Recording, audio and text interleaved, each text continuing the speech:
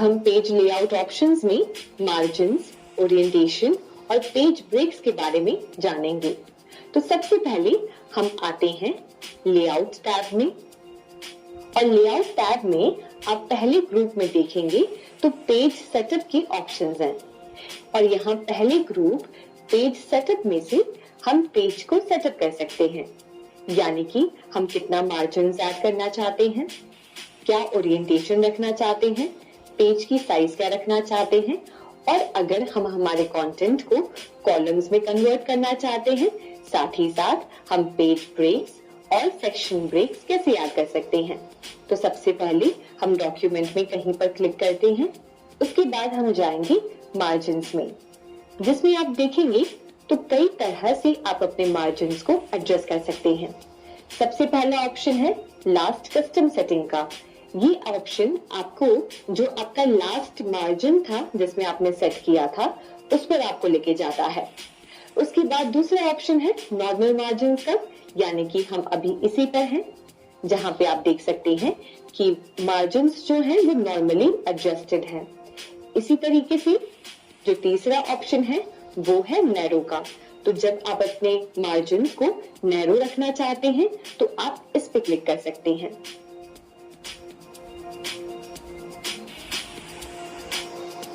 इसी तरह से जब आप अपने मार्जिन्स को मॉडरेट रखना चाहते हैं तो आप मॉडरेट पे क्लिक कर सकते हैं, और उसके बाद वाइड पे जाकर आप मार्जिन्स को वाइड कर सकते हैं।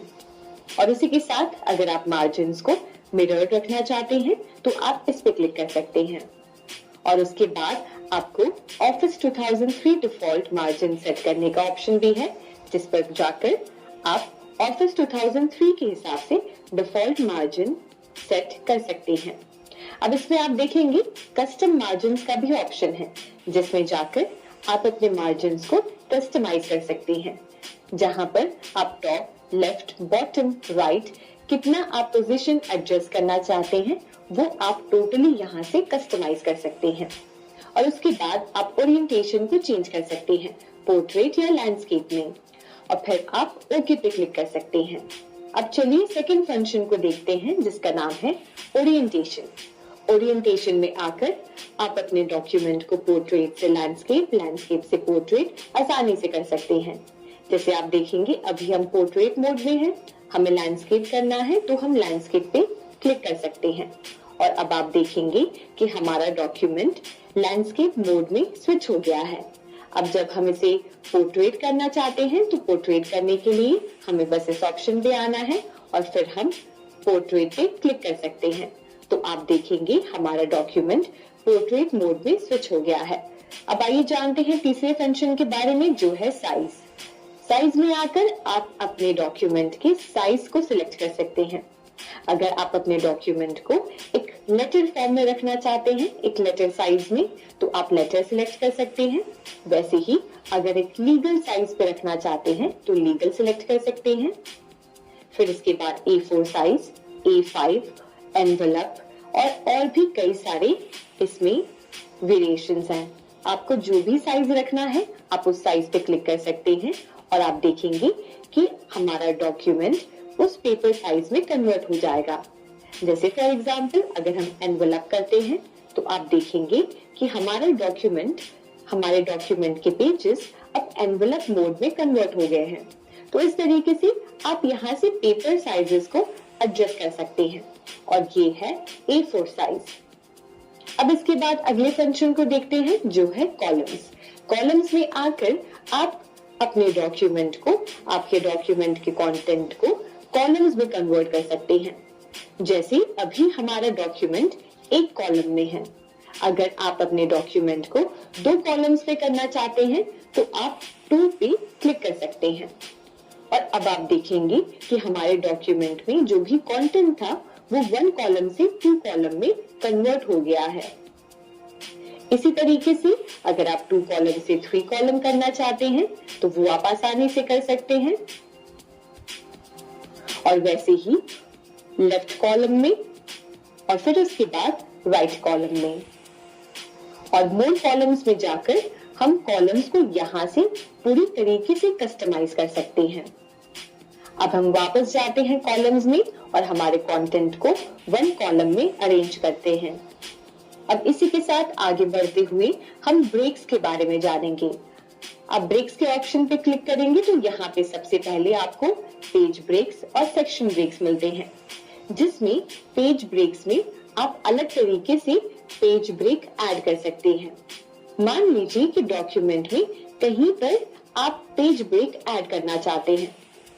फॉर एग्जाम्पल, मान लीजिए हम इस पेज में जो इंट्रोडक्शन है उसके नीचे जो पिक्चर है, यहाँ पर एक पेज ब्रेक ऐड करना चाहते हैं, यानी कि इसके बाद जो 1.2 ऑब्जेक्टिव्स एंड स्कोप है, इसे हम दूसरे पेज से शुरू करना चाहते हैं और इस पेज को यहीं पर एंड करना चाहते हैं।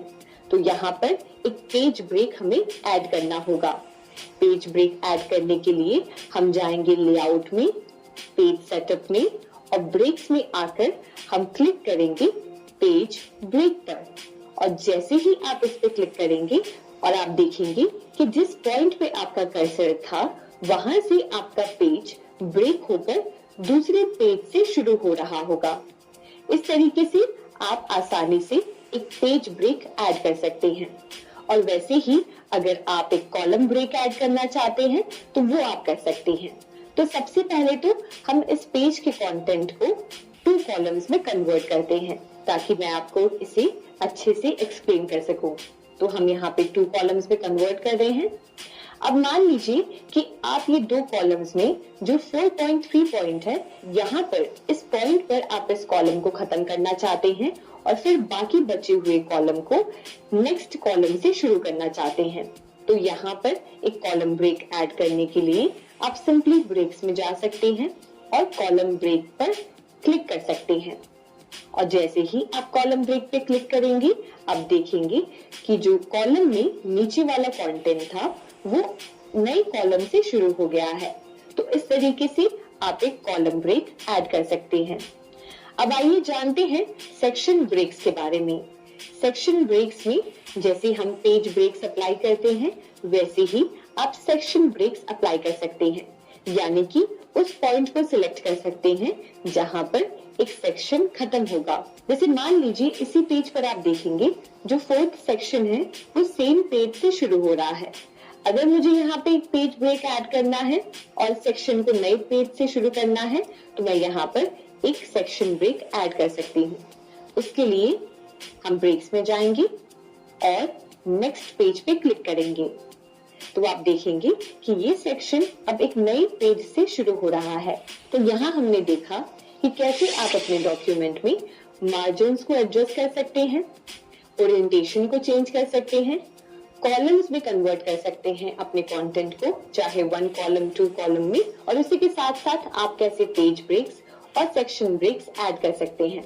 अब चलिए हम देखेंगे कि आप अपने डॉक्यूमेंट में कैसे एक हेडर, फुटर या पेज नंबर ऐड कर सकते हैं। तो उसके लिए हमें जाना होगा इंसर्ट टैब में, और इंसर्ट टैब में आने के बाद आप देखेंगे हेडर एंड फुटर नाम से एक ग्रुप है, जिसमें आप देखेंगे हेडर, फुटर और पेज नंबर का ऑप्शन है। तो सबसे पहले हम देखते हैं कि कैसे हम हमारे डॉक्यूमेंट में एक हेडर ऐड कर सकते हैं। हेडर आप तब यूज कर सकते हैं जब आप किसी स्पेसिफिक चीज को हर एक पेज पे रिपीट करना चाहते हैं, वो भी पेज के टॉप पर। जैसे फॉर एग्जांपल ऑथर का नाम, कुछ डिस्क्रिप्शन, टाइटल या पेज नंबर। तो आइए हमारे डॉक्यूमेंट में हर एक पेज पर एक हेडर ऐड करते हैं। तो सबसे पहले हम क्लिक करेंगे हेडर पर। उसके बाद आप देखेंगे कि इन ऑप्शंस में से आपको हेडर का स्टाइल सिलेक्ट करना है। मान लीजिए हम इस वाले ऑस्टिन को सिलेक्ट करते हैं। तो अब आप देखेंगे कि कुछ इस तरीके से हमारे हर एक पेज पर एक हेडर ऐड हो गया है। और एक बार आपने चेक कर लिया कि आपका हेडर अच्छे से एडजस्टेड है और आप इसके साथ आगे बढ़ना चाहते हैं, तो आप बस क्लोज हेडर एंड फुटर पे क्लिक कर सकते हैं। इसके बाद हेडर का जो ऑप्शन था वो बंद हो जाएगा और